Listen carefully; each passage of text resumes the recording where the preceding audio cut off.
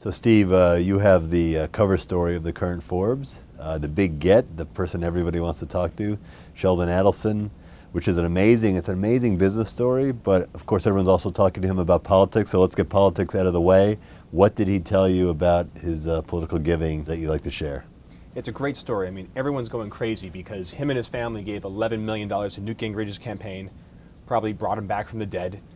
It's a huge number for politicos, but for someone like Adelson, it's literally pocket change. In fact, the $11 million he gave, if you were worth $1 million, basically the ratio is him giving $11 million is the same thing as you staying 2 nights in one of his Sands casinos. It's like $400. So there are reports now that he's going to give another $10 million to Gingrich. I mean, this is somebody who's single-handedly keeping a presidential candidate in the race. What did he tell you about why he's doing this and whether it's going to continue?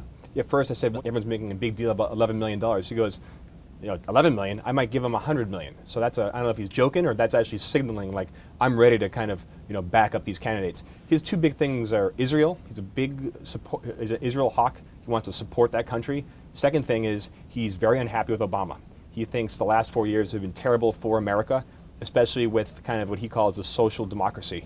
And he says the things that made America great are making America, not so great right now. He says that it's kind of making people want handouts, not ready to kind of make money for themselves. And this is a guy who grew up very poor and he made himself. He thinks everyone else should not be billionaires, but if he can do it, why can't America? What did he tell you about the ethics of a billionaire basically single-handedly bankrolling a presidential candidate? Did he have any problems with that? He actually said, I'm against rich guys like me being able to influence an election, but as long as I can do it, I'm gonna do it, because people on the other side, especially Soros, have been doing it for years, so I'm gonna do it. So he's kind of like, these are the rules of the game, I'm gonna play by the rules as long as they're the rules. So it's an arms race, essentially. It's an arms race.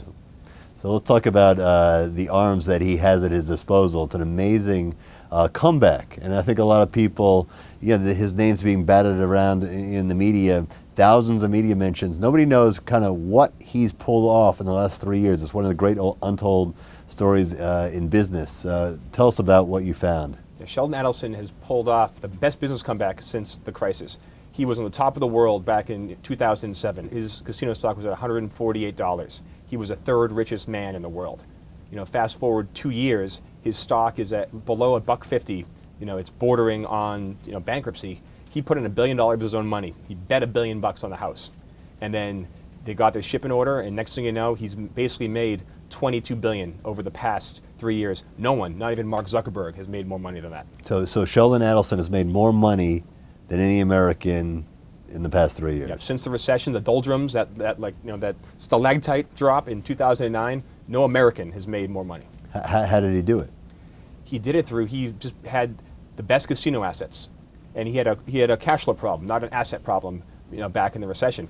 With kind of all the financing taken care of, the world came back. He has 2 amazing sites in Macau, China, and in Singapore that are just cash machines, and they just had record revenue last quarter. They had $2.5 billion in revenue, 90% of that coming from Asia, not Vegas, but Asia. I think that's going to surprise a lot of people, just how big an investment he's made in China and how much money he's making off of China. Yeah, he says he's probably the largest foreign investor in China ever. I think he's invested $12 billion in Macau alone, not to mention this huge complex he built in Singapore. And Singapore is wild. There's only 2 licenses, so there's only 2 casinos in Singapore, and next year, Bank of America, Merrill Lynch thinks that it'll have more revenue than all of Las Vegas. Wow, wow. And again, people think of Las Vegas as the capital of gambling, and what you learn from the story is that Las Vegas is nothing. It's nothing compared to Macau, to Singapore. It's nothing, even in terms of if you look at Steve Wynn or Sheldon Adelson or all the big casino moguls, the action is all abroad. Yeah, Adelson and Wynn, they live in Vegas, but they make their money in Asia. What else did he tell you about what he's going to do next? I mean, he's sitting on a tremendous pile of cash. He's got $25 billion under his control. I mean, where does he go from here? Business-wise, he wants to he thinks he'll never get into mainland China, but he wants to create kind of a neon strip around mainland China, opening up other Las Vegas strips outside the region. So, he's thinking Korea, he's thinking Taiwan, he's thinking Japan. He would love to get in Japan, but the next thing he thinks is going to be Spain. He's going to open a mini Las Vegas strip, 12 casinos. He's going to build them all and run them all in Spain. He hopes to get, he says he's almost locked up, but he's been saying that for years though. and he hopes to get shovels in the ground in 2 years. So Spain as the new Nevada. That's the new Nevada, yeah.